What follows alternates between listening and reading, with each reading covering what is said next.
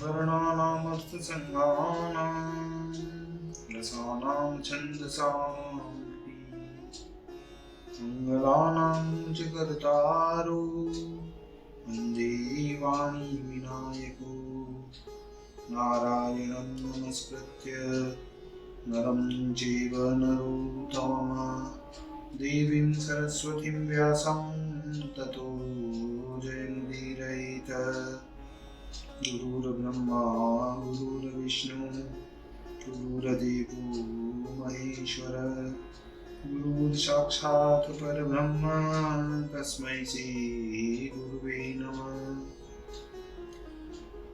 बोले सियावर रामचंद्र भगवान की जय, राधा और कृष्ण कन्हैया लाल भगवान की जय, महेश्वर भगवान की जय, गायत्री ब्रह्मदेव भगवान की जय, सद्गुरु देवता भगवान की जय, माता पिता गुरुदेव की जय, समस्त संतगण भगवान की जय, समस्त भक्तगण भगवान की जय। ओम नमः पार्वती पतये हर हर महादेव।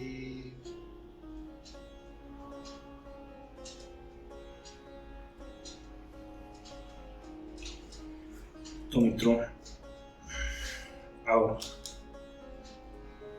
भागवत कथा के रसिक जनों, श्रोतागण, अब तक हमने श्री भागवत महापुराण की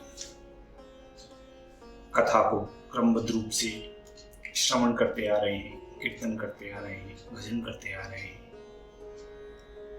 अब हम श्रीमद् भागवत कथा की तृतीय स्कंद के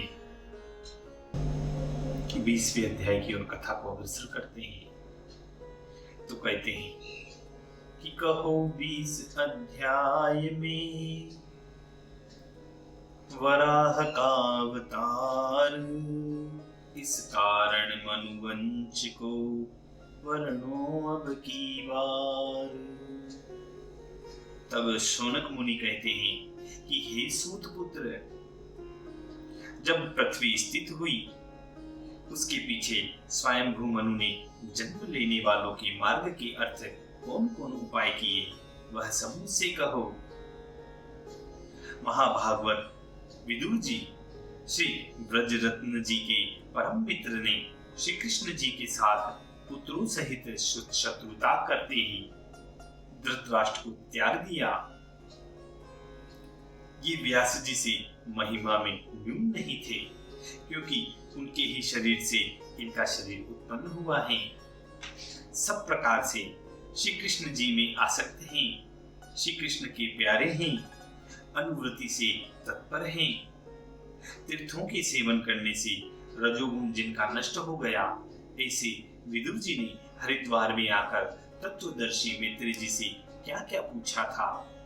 हे सूत जी महाराज, उनके संवाद से निर्मल कथा प्रकट हुई।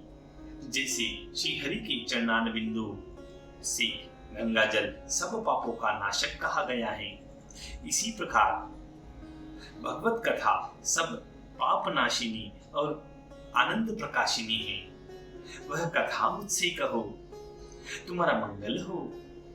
कहने योग्य उदार कर्म वाले जनार्दन की लीलाओं का अमृत पीते पीते कौन रसज्ञ तृप्त हो सकता है। नैमिषारण्य निवासी ऋषिगणों ने उग्रश्रवा से पूछा, तब परमात्मा के परम भक्त उग्रश्रवा उन कथाओं को मुदित होकर वर्णन करने लगते हैं। आप सभी उसे सुनिए। तब सूत जी बोले कि श्री वाराह रूपधारी हरि ने अपनी माया के द्वारा रसातल से पृथ्वी का उद्धार किया और हिरण्याक्ष को अवज्ञा से मारकर लीला की थी। तब विदुर जी बोले कि प्रजापतियों के स्वामी ब्रह्मा ने प्रजा रचने के लिए प्रजापतियों को उत्पन्न करके किस कर्म का आरंभ किया था। हे भगवान, भगवत मार्ग के जानने वाले आप अनुग्रह करके इस वृतांत को कहिए। जो मरीचि आदि ऋषि हैं और जो स्वयंभू मनु हैं, इन्होंने ब्रह्मा जी की आज्ञा पाकर कैसे इस विश्व को उत्पन्न किया। अपनी स्त्रियों समेत अथवा अकेले मरीचि आदि ऋषियों ने स्वतंत्र होकर इस संसार को रचा था अथवा सबने इकट्ठे होकर इस संसार का विस्तार किया। हे मुनिवर, कृपा करके उसे वर्णन कीजिए। मेरे मन में कई प्रकार की शंकाएं हैं, इन शंकाओं का समाधान कीजिए। तब मैत्रेय जी उन विदुर जी से कहते हैं कि ब्रह्मा ने किस कर्म को आरंभ किया। इस प्रश्न का उत्तर इस प्रकार सुनो। यक्ष आदिकों को जो रचा है, इसके उत्तर को कहने के लिए प्रथम कही हुई सृष्टि का स्मरण कराया और मनुष्यादिकों के प्रश्न का उत्तर अगले अध्याय में कहेंगे। किसी के समझ में न आवे और उस योग्य जीवों का भाग्य और प्रकृति का अधिष्ठाता अर्थात महापुरुष और काल इन हेतु निर्विकार भगवत से शोभ को प्राप्त जो रज सत्व तम इन तीनों गुणों से महतत्व उत्पन्न हुए हैं। रजोगुण प्रधान देव प्रेरित महतत्व से सब भूतों का आदि त्रिगुण अहंकार हुआ। अहंकार से 5 भूत मात्रा और 5 महाभूत और 5 ज्ञानेंद्रियां और 5 कर्मेंद्रियां और 5 उन इंद्रियों के देवता उत्पन्न हुए। वे सबके सब जितने भी तत्व थे वह एक एक पृथक पृथक होकर जब रचने की योग्य न हुए, तब देव योग से सबने मिलकर स्वर्णमय अंड रचा। आत्मा से रहित अंडकोश समुद्र के जल में 1000 वर्ष तक पड़ा रहा। जब उसमें परमात्मा ने प्रवेश किया, तब वह अंड कहीं जाके चैतन्य हो गया। उस अंड की नाभि से सब जीवों के समूह को धार सहस्त्र भानु के समान कांति युक्त एक कमल उत्पन्न हुआ। उसमें जगतकर्ता स्वयं भू ब्रह्मा जी उत्पन्न हुए, जो जल रूप हृदय में सोते रहे। उन नारायण के आशय से सब लोक की रचना की, जैसी की पूर्व काल में थी, उसी प्रकार नाम रूप के विभाग से निर्माण की। आगे से 5 पर्व वाली अविद्या छाया से रची। तामिस्त्र, अंधतामिस्त्र, तम, मोह, महतम, ये 5 पर्व कहे गए हैं।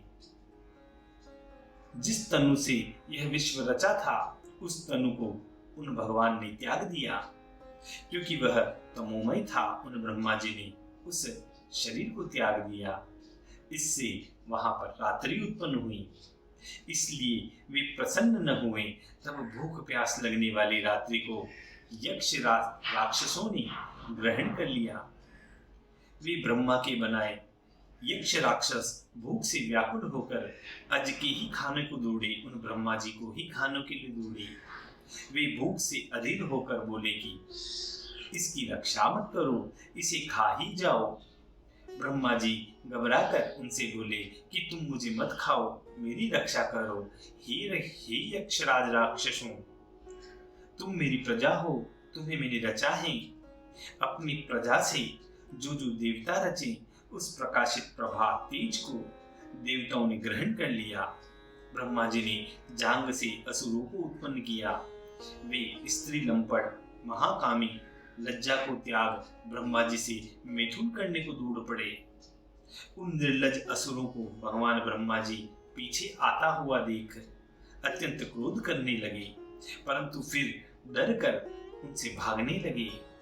जब कहीं बचने का ठिकाना न लगा, तब ब्रह्मा जी वहां गए, जो दीन दुख हरण शरणागत वत्सल भक्तों के अनुग्रह अर्थ भक्तों की इच्छा अनुसार आप स्वरूप धारण करते हैं। ऐसे प्रभु विरद वरदायक श्री सुरनायक की शरण में जाकर खड़े हुए और ब्रह्मा जी उनसे कहते हैं, हे परमात्मन, हे प्रभु, हे अभयदायक, मेरी रक्षा करो। आपकी आज्ञा से मेरी प्रजा रची। यह पापी यक्षराज राक्षस मुझसे मैथुन करने के लिए मेरे पीछे पीछे दौड़ते हैं। निश्चय है कि आप ही एक सब लोगों के का नाश करते हो, नाशक हो। हे नाथ, जो आपके चरण कमल का आशय नहीं लेते, उनको आप ही एक कलेश देने वाले कहे गए हो। इसीलिए कहा गया है कि कष्ट हरण आनंद करण, चरण शरण ली आन, मेटे हूं कठिन कलेश यह, कृपा सिंधु भगवान। वह आदि पुरुष अविनाशी श्रीमन नारायण जी ब्रह्मा का यह कृपण भाव जानकर एकांत में ब्रह्म विद्या से जिनका दर्शन हो, वे भगवान उन ब्रह्मा जी से कहते हैं कि इस शरीर को भी तुम त्याग दो। यह श्रवण करते ही विरंची ने उस शरीर को त्याग दिया, उन ब्रह्मा जी ने उस शरीर को भी त्याग दिया।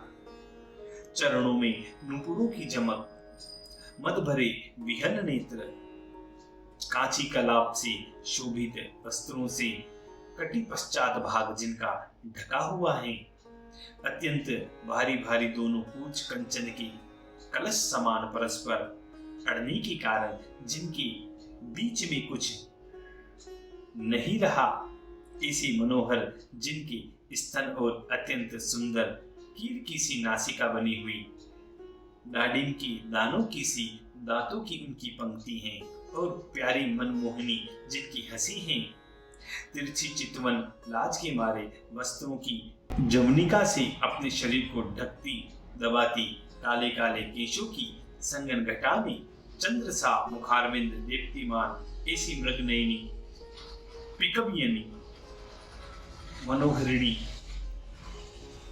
चंपक वर्णी, चंचल चटकीली सजीली सोहनी मनमोहिनी बाला को देखकर सब देख के मोहित हो गए। अहो रूप, अहो धैर्य, अहो इसकी किशोर अवस्था। हे चाहने वालों, यह तो अनचाही सी फिर रही है। स्त्री की आकृति उस संध्या को असुरों ने बहुत वितर्क कर विश्वास से सत्कार करके कुबुद्धि वालों ने पूछा कि हे चंद्रानने, तुम कौन हो, किसकी कुमारिका हो, यहाँ क्यों आई हो, तुम्हारा क्या प्रयोजन है? रूप धन के व्यवहार द्वारा तुम हमसे अभागियों को बाधा देती हो। हे भामिनी, तुम्हारा कल्याण हो। हमारे बड़े भाग्य हैं जो तुम्हारा दर्शन हम सभी ने किया है। हमें आपका दर्शन प्राप्त हुआ। हम तो गेंद खेलने की इच्छा से यहाँ आए थे, किंतु हम असमर्थों के मन को तुमने मंथन कर चित चुरा लिया है। हे वरानने, तुम्हारे चरण कमल एक ठिकाने नहीं ठहरते। तुम बारंबार गेंद को फेंकती हो और बड़े स्तन के बाहर से भयभीत मध्य भाग विषाद पा रहा है। शांत की नाई तुम चलती हो और तुम्हारी निर्मल दृष्टि हृदय को वेद डालती है।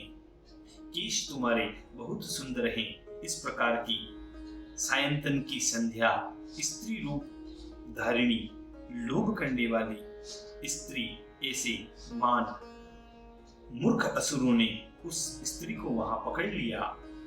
गंभीर भाव से हंसकर अपने आप को अनुभव करने वाली कांति से भगवान ब्रह्मा जी ने फिर सृष्टि रचने का विचार किया और गंधर्व अप्सराओं को बनाने लगे।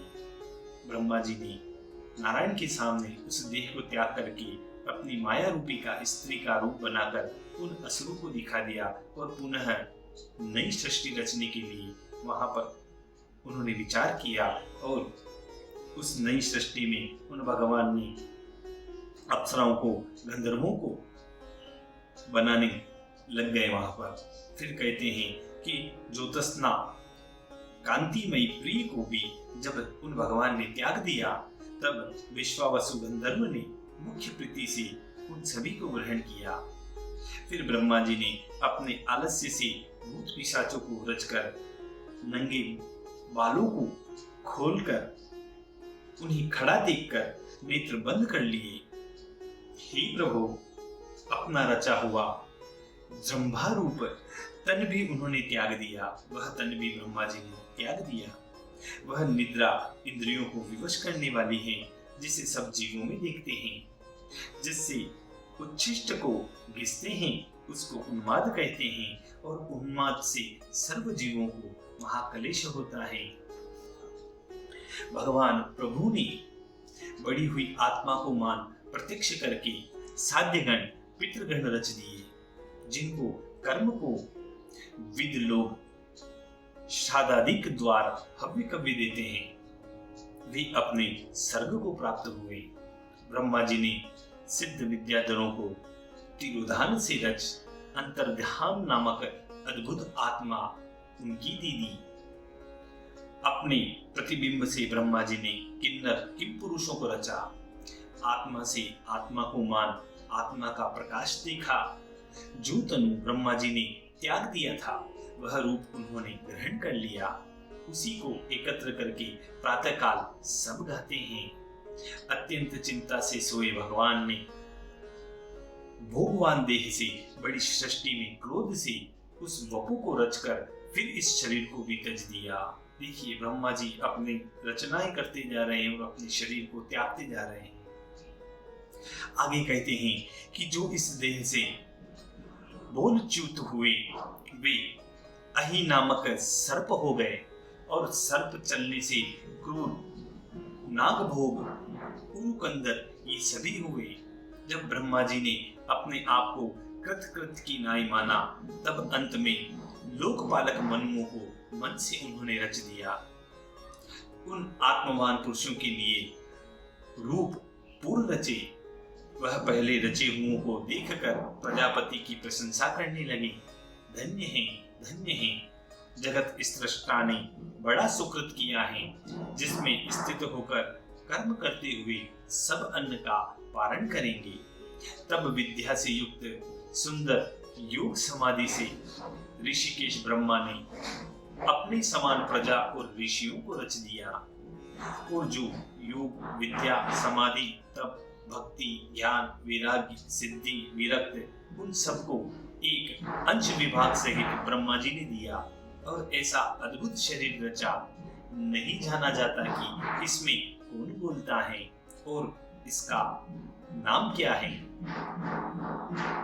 इसीलिए कहते हैं, केश शीश जूड़े भाले, ब्रूहणी पलक नीन, गोलक का पोल, गढ़ नासा मुख श्रोण है, ठोडी होड दाढ़ दंत, रस नाम सूढ़ा तालु, जीवू का कंठी का कंठ कंद कर मोन है, काख कटी भुजा नाड़ी, नाभि कुछ पेट पीठ, अंगुली हथेली नख जंगा स्थल जुन है, आनी तब पाद रोम अते नाम अंगन के तामे, तू विचार नर तेरो नाम कौन है, तू विचार नर तेरो नाम कौन है।